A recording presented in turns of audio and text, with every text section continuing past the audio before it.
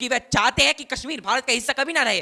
वो चाहते हैं कि वहां के युवा बस पत्थर मारने के काम आए। वो चाहते हैं कि वहां के युवा बस आतंकी बने रहे। अगर आपके लिए ये सही है तो माफ कीजिए, वो पाकिस्तान का दरवाजा खुला है, ज्यादा दूर नहीं है कश्मीर। जब कश्मीर में गोलियों की आवाजों से मंदिरों को बंद कर दिया गया, लेकिन जब हमारे धर्म पर बात आती है, जब 3 तलाक को बैन कर दिया जाता है, जब और चीजें होती हैं, डर उन लोगों को लगता है जो शाहबानो के फैसले, सुप्रीम कोर्ट के फैसले को पलटने की ताकत रखते थे। आतंकी खुद थर थर कांपने लगते हैं भैया कि 24 घंटे में हम 72 उरों के पास चले जाएंगे, अब कुछ मत करना।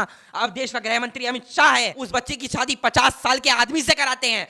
यही तो आपका मेन मोटिव था उस टाइम। कश्मीर में 70% से ज्यादा आतंकी घटनाओं में कमी आई है।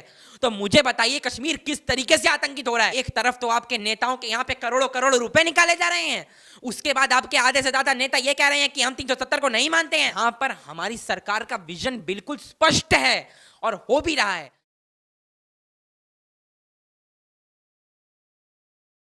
नमस्कार, मैं आयुष शर्मा और आप देख रहे हैं ओ न्यूज़ हिंदी। जिस प्रकार से केंद्र सरकार ने धारा 370 को उखाड़कर फेंक दिया था, आज उस फैसले पर सुप्रीम कोर्ट ने भी मोहर लगा दी है। सुप्रीम कोर्ट ने अपने फैसले में कहा है कि केंद्र सरकार का धारा 370 खत्म करने का फैसला बिल्कुल ठीक था। अब जल्द से जल्द उनको राज्यों का दर्जा दिया जाए और वहां पर चुनाव किए जाए। इस पूरे मुद्दे पर बात करने के लिए हमारे साथ राजनीतिक विश्लेषक जो अक्सर अपनी वीडियो से वायरल भी होते रहते हैं, नयन मार्कर हमारे साथ मौजूद है, उनके साथ जुड़ेंगे। नयन, बहुत बहुत स्वागत है आपका ओ न्यूज़ हिंदी पर। बहुत बहुत धन्यवाद आयुष भाई। हाँ जी, अब किस तरीके से देखते हैं पूरे मुद्दे को? सुप्रीम कोर्ट ने तो मोहर लगा दी है, पर जो विपक्ष है उनको रास नहीं आ रहा है सुप्रीम कोर्ट का ये फैसला। अब देखिए, ट्वीट कर रहे हैं चिदम्बरम जी, वो कह रहे हैं रिस्पेक्टफुली डिसएग्री करते हैं हम इस फैसले से। देखिए, जहां हुए बलिदान मुखर्जी वो कश्मीर हमारा है, वो कश्मीर हमारा है जहां हुए बलिदान मुखर्जी। अब इस पूरे इंडी गठबंधन में चाहे आप कपिल सिब्बल को ले लीजिए, चाहे आप असुद्दीन ओवैसी को ले लीजिए, चाहे आप उमर अब्दुल्ला को ले लीजिए, और चाहे ये जितने भी नीच प्राणी हैं जो कश्मीर और भारत की अभिन्नता को एक साथ एकत्रित होते हुए कभी नहीं देखना चाहते, उनके लिए मात्र 5 पंक्ति के इस वाक्य को मैं प्रमाणित करता हूं कि ये रात तुम्हारी हर रात से भारी है, ये रात तुम्हारी हर रात से भारी है, बहुत हो गया तुम्हारा अरफा रोना, अब हमारी बारी है, अब हमारी बारी है। अभी और भी दर्द बाकी है, अभी और भी दर्द बाकी है। पहले राम मंदिर था, फिर धारा 370 और अब पीओके बाकी है। तो इसने स्पष्ट कर दिया है कि आदरणीय प्रधानमंत्री श्री नरेंद्र मोदी जी के नेतृत्व में भारत वैश्विक महाशक्ति बनने की ओर अग्रसर हो गया है। और ये जो आतंकित लोग हैं, जो आतंकी प्रवृत्ति के लोग हैं, जो सनातन विरोधी हैं, जो भारत विरोधी हैं, उनको साफ संदेश दे रहा है कि ये नया भारत है, ये संकल्पित भारत है, यहां आतंकवाद की कोई जरूरत नहीं है।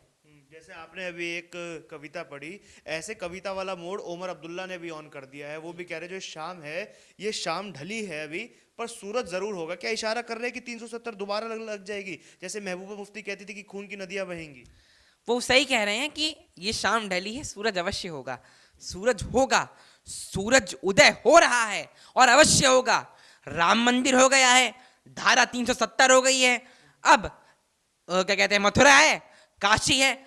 एक नारा था ना, अयोध्या तो अभी झांकी है, काशी और मथुरा बाकी है। बस ये साफ संकेत है इस केंद्र सरकार का, केंद्र बिंदु का, कि हमारी सरकार किस प्रकार से आतंकी लोगों को साइड करके एक नया विकास परिमार्थ कर रही है। और जिन लोगों को डर लगता है, मैं साफ बताऊं किन लोगों को डर लगता है, डर उन लोगों को लगता है जो बाबरी मस्जिद को शहीद बताते हैं, डर उन लोगों को लगता है जो शाहीन बाग में बैठे आतंकवादियों को अपने घर के जमाई समझते हैं, डर उन लोगों को लगता है जो शाहबानो के फैसले, सुप्रीम कोर्ट के फैसले को पलटने की ताकत रखते थे उस समय, डर उनको लगता है जो कट्टरपंथी आतंकवादी, पैलेस्तीनी समर्थित आतंकवादी इस्लामिक विचारधारा के आगे झुक जाते हैं। डर उन लोगों को लगता है क्योंकि वे चाहते हैं कि कश्मीर भारत का हिस्सा कभी ना रहे। वो चाहते हैं कि वहां के युवा बस पत्थर मारने के काम आए। वो चाहते हैं कि वहां के युवा बस आतंकी बने रहे। वो चाहते हैं कि वो कश्मीर को आतंकित कर सके। लेकिन हमारी सरकार, हमारे देश की ये नई सरकार चाहती है कि एक तरफ कश्मीर के युवाओं के हाथ में कुरान भी हो तो दूसरी तरफ लैपटॉप भी हो। वो चाहते हैं कि कश्मीर में जो मंदिर इन्होंने बंद कर दिए, और जहां आज तक मैं वैष्णो देवी बहुत बार जाता हूँ, हर साल मेरे 2 चक्कर वैष्णो देवी लगते हैं। माता मुझे हर बार बुलाती है। पहले जब वैष्णो देवी जाते थे ना तो इतने इतने गार्ड्स रहते थे, डर लगता था कि भैया कभी भी कुछ भी ना हो जाए, कभी भी कुछ भी ना हो जाए। महबूबा मुफ्ती की सरकार में, उमर अब्दुल्ला की सरकार में, और ये क्या कहते हैं, और मैं साफ बताऊं, ये पाकिस्तान की औलादें ही हैं। मैं मुंह से बोल रहा हूं, बिल्कुल स्पष्ट बोल रहा हूं। ये पाकिस्तान के बजर बट्टू हमारे भारत में पता नहीं किसने छोड़ दिए हैं। मैं ज्यादा शब्दों का प्रयोग नहीं करना चाहता, लेकिन इनकी हैसियत बस इतनी है कि ये पाकिस्तान के समर्थन से अपनी राजनीतिक रोटियां सेक रहे हैं। इसके अलावा इनकी कोई औकात नहीं है। और सही तौर पर पहले हमें डर लगता था, आज हम गर्व से माता के दर्शन भी करते हैं, राम मंदिर भी बन रहा है और बहुत सारी चीजें हो रही हैं। और हम गर्व से, अब केदारनाथ और बद्रीनाथ में जो हादसे हुए वो आपको याद ही होगा, कैसे हादसे होते थे। अब नहीं होते। अब आतंकी खुद थर थर कांपने लगते हैं भैया कि 24 घंटे में हम 72 उरों के पास चले जाएंगे, अब कुछ मत करना। अब देश का गृह मंत्री अमित शाह है और इन्हें डर लगता है। असदुद्दीन ओवैसी का ये कहना है कि जो कोर्ट का फैसला आया ये सही नहीं था। उन्होंने बहुत सारी बातें भी बताई, अंग्रेजी में भी कई चीज़ें कही कि ये तो पीपल्स जस्टिस टाइप हो गया कि लोगों ने चाहा तो मान लिया, जबकि संवैधानिक नहीं है। संवैधानिक वही है कि धारा 370 वहाँ पर लगी रहे, कश्मीर को उनका हक मिले, कश्मीरियों को उनका हक मिले, जो अभी वहाँ पर जो कश्मीर रह रहे हैं उनको उनका हक मिले। खिसियानी बिल्ली खंबा नोचे, मतलब अपनी मिठाई बहुत अच्छी लगती है और दूसरे को देंगे तो कड़वी लगती है। बिल्कुल सत्य बात हो गई। क्योंकि जब बाबरी मस्जिद का फैसला आया था उस समय भी इन्होंने सुप्रीम कोर्ट को नजरअंदाज कर दिया था। वैसे शाहबानो के केस में सुप्रीम कोर्ट उस समय भी ठीक, राजीव गांधी की सरकार बड़ी अच्छी थी, शाहबानो केस को पलट दिया, बहुत अच्छी बात है। वक्फ बोर्ड का फैसला आया था कांग्रेस की सरकार का, बहुत अच्छा था। लेकिन जब हमारे धर्म पर बात आती है, जब 3 तलाक को बैन कर दिया जाता है, जब और चीजें होती हैं, तो भैया वो हमें बहुत डर लगता है उससे। क्यों? अरे भैया क्यों डर लगता है आपको? आप मुझे बताइए, आपको क्यों डर लगता है? आपको मतलब आपके समर्थन में कुछ आ जाए, आपके समर्थन में कुछ ना आए तो आप उसकी गर्दन जुबा करने की बात कर रहे हैं। गठबंधन के अभी भी ऐसे कई घटक दल हैं जो ये बात बोलते हैं लगातार कि 370 का फैसला उस समय जो केंद्र ने दिया था हटाने का वो भी गलत था, और सुप्रीम कोर्ट ने अब जो मोहर लगा दी है उससे भी उन्हें कुछ खास खुशी नहीं हो रही है। उनका ये कहना है कि कश्मीरी लोगों के साथ अत्याचार होता है, कश्मीरी लोगों का इंटरनेट बंद कर दिया जाता है, कश्मीर के जो नौजवान हैं, जो युवा है, जो महिलाएं हैं, जो बच्चे हैं, वो बेचारे बहुत ज्यादा परेशान हैं। जब 1992 में यही उमर अब्दुल्ला कश्मीर के नेता थे, माफ कीजिए इनके पिता कश्मीर के नेता थे, और उमर अब्दुल्ला भी उस समय कोई बच्चे नहीं थे, एक अच्छे खासे युवा थे, महबूबा मुफ्ती जी भी इनके साथ ही थी। तब जब कश्मीर में गोलियों से हिंदू बहन बेटियों के तनों को और हिंदू बहन बेटियों के स्तनों को नोच दिया गया, जब कश्मीर में गोलियों की आवाजों से मंदिरों को बंद कर दिया गया, जब कश्मीर में हिंदुओं को मजबूर कर दिया गया कि आप या तो कश्मीर छोड़ दीजिए, अरीफ शरीफ गरीब, मतलब या तो आप कन्वर्ट हो जाइए, या तो आप अपना घर छोड़ दीजिए, या तो आप कन्वर्ट हो जाइए, या तो आप मर जाइए।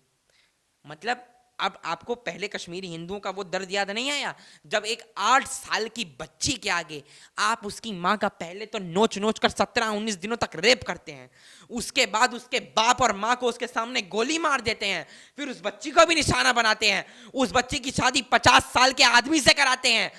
यही तो आपका मेन मोटिव था उस टाइम पे। तब आपको दया नहीं आई? कश्मीरी पंडित इतने सारे एक समय में विभाजित खंडित हो गए, तब आपको दया नहीं आई थी? क्यों?